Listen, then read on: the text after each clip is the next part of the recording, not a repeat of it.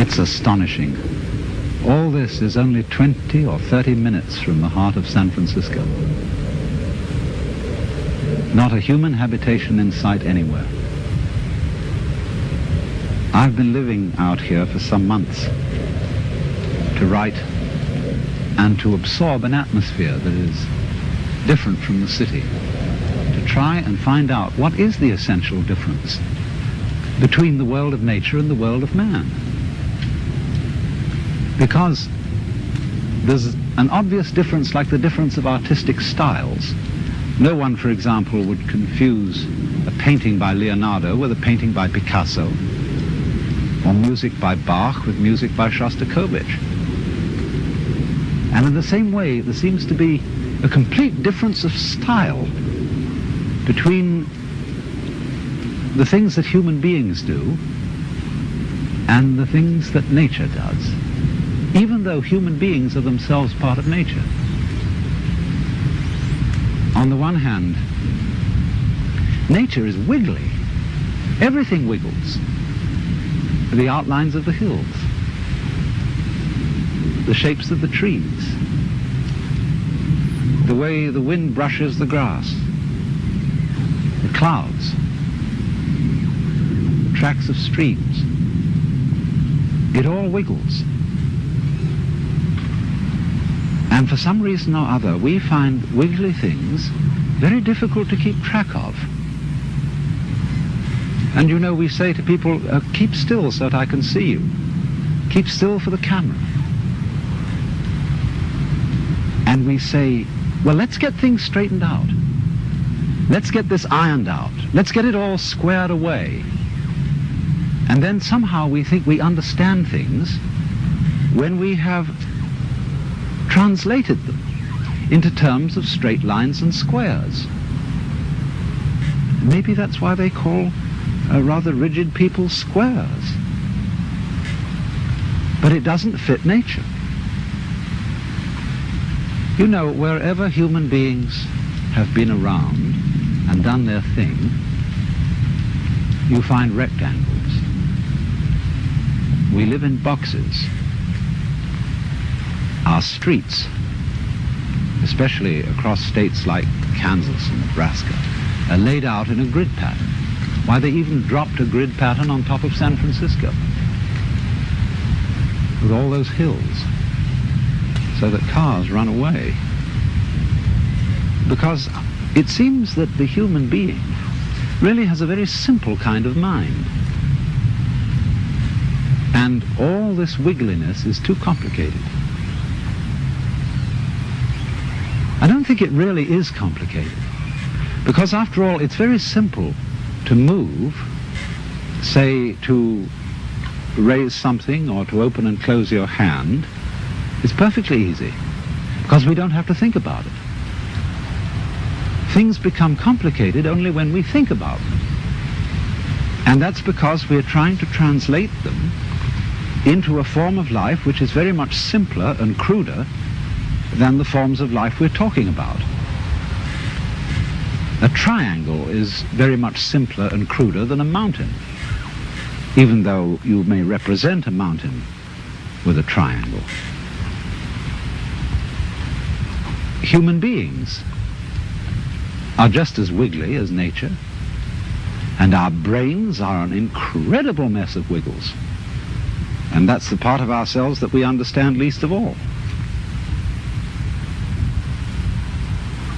I'm afraid the problem is partly due to Mr. Euclid, who invented geometry, because he didn't really measure the earth. He measured and gave us ideas about the very simple forms in his own mind. And perhaps we should come to the conclusion that he really had a rather weak intellect. Because sometimes when I'm in the middle of all this, I feel as if I were in the middle of an amazing brain. In other words, the brain is a network of interconnected neurons. And each one of those neurons is a fairly simple affair because it either fires or it doesn't fire. It gives you the message on or off, yes or no. But what we call things, the plants, birds, trees, are far more complicated than a neuron. And there are billions of them. And they are all living together in a network. Just as there is an interdependence of flowers and bees, where there are no flowers, there are no bees, and where there are no bees, there are no flowers. They're really one organism. And so in the same way, everything in nature depends on everything else. So it's interconnected. And so the many, many patterns of interconnections lock it all together into a unity, which is, however, much too complicated for us to think about, except in very, very simple, crude ways. But I am part of all this. I am, as it were, one of the cells in this tremendous brain, which I can't understand, because the part cannot comprehend the whole. And yet at the same time, I don't feel, like so many people seem to feel, that I'm a foreigner or a stranger in this world. Its aesthetic forms somehow appeal to me more than most of the aesthetic forms which men have produced. I feel in it as if, in the same way, when you see a flower in a field, it's really the whole field that is flowering, because the flower couldn't exist in that particular place without the special surroundings of the field that it has. You only find flowers in surroundings which will support them. So in the same way, you only find human beings on a planet of this kind, with an atmosphere of this kind, with temperature of this kind, supplied by a convenient neighboring star. And so, just as the flower is a flowering of the field, I feel myself as a personing, a manning, a peopling of the whole universe. In other words, I seem, like everything else, to be a center, a sort of vortex, at which the whole energy of the universe realizes itself, comes alive. A sort of aperture through which the whole universe is conscious of itself. In other words, I go with it as a center to a circumference.